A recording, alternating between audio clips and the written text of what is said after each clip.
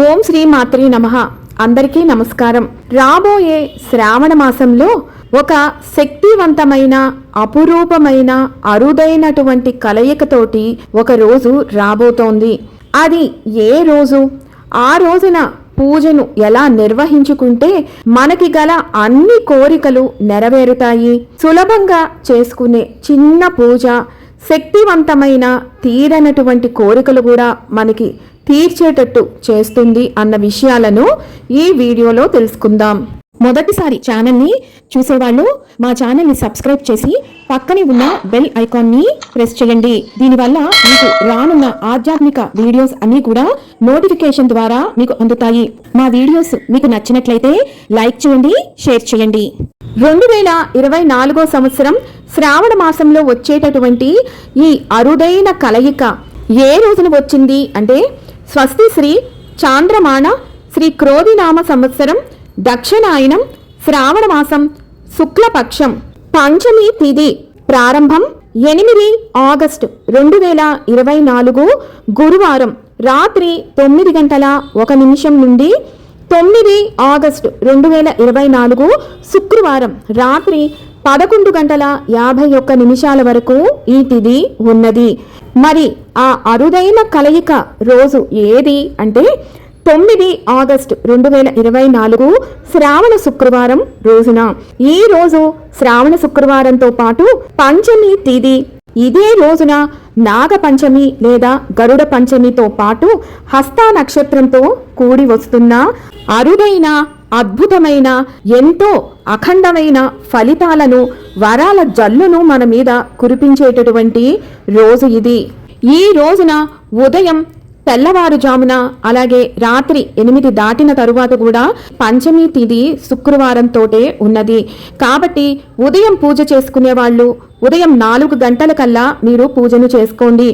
ఇక రాత్రికి చేసుకోవాలి అనుకున్న వాళ్ళు రాత్రి 8 గంటలు దాటిన తర్వాత వారాహి అమ్మవారి పూజను నిర్వహించుకోండి. ఈ రోజు శ్రావణ శుక్రవారం కూడా కాబట్టి మీరు ఇదే సమయాన వారాహి అమ్మవారితో పాటు లక్ష్మీదేవికి కూడా పూజను నిర్వహించండి.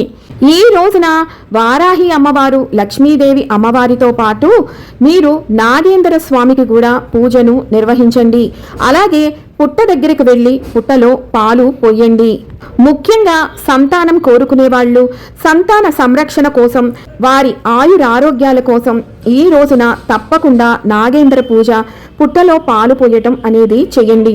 అంతేకాదు ఉద్యోగ ప్రయత్నం చేస్తున్న వాళ్ళు, వివాహం కోసం ప్రయత్నిస్తున్న వాళ్ళు, రియల్ ఎస్టేట్ రంగానికి చెందిన వాళ్ళు, భూ వివాదాలలో చిక్కుకున్న వాళ్ళు, అనారోగ్యంతో బాధపడుతున్న వాళ్ళు, ఒక్క సమస్య ఏమిటి, ఏ సమస్యకైనా సరే ఈ అరుదైన కలయిక ఉన్న రోజున మీరు వారాహి అమ్మవారికి చిన్న దీపం వెలిగించిన, ఒక పుష్పం సమర్పించిన, నైవేద్యంగా పానకాన్ని ఇచ్చిన, లేదు మీకు శక్తి సమయం ఉంది మీరు పంచ ఉపచార పూజ లేదా షోడశోపచార పూజను నిర్వహించిన, నేను ఇదివరకే వీడియోలో చెప్పిన విధంగా ఈ శుక్రవారం పంచమి తిథి రోజున కంద దీపాన్ని మీరు వెలిగించిన మీకు అపురూపమైన, అఖండమైనటువంటి ఐశ్వర్య ప్రాప్తితో పాటు మీకు గల సర్వ కోరికలు తప్పక నెరవేరుతాయి.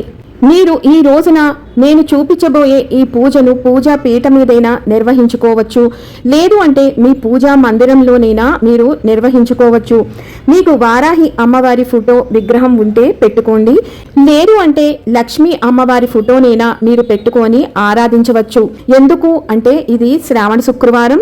అలాగే వారాహి అమ్మవారు ఎవరో కాదు కదా, స్వయంగా లక్ష్మీదేవి స్వరూపమే.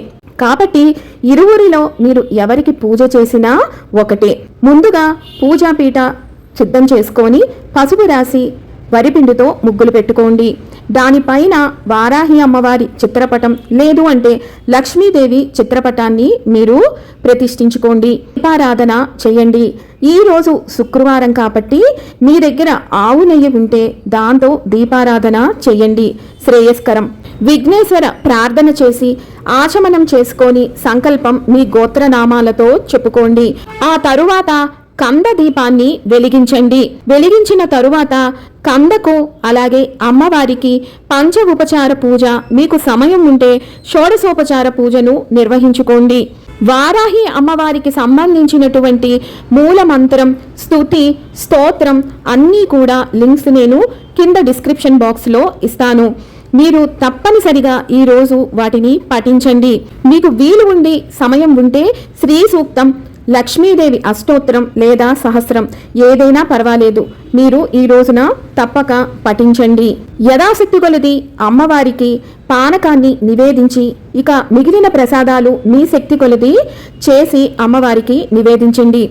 శ్రావణ శుక్రవారం కాబట్టి పానకంతో పాటు వీలైతే క్షీరాన్నాన్ని నివేదించండి. ఆ తరువాత తాంబూలం సమర్పించి నీరాజనం ఇచ్చి ప్రసాదాలు అన్నీ కూడా కుటుంబ సభ్యులు స్వీకరించి పూజను ముగించండి.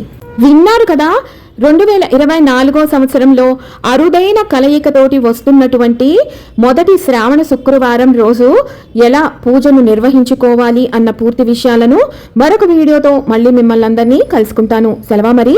సర్వం ఈశ్వరార్పణమస్తు. స్వస్తి.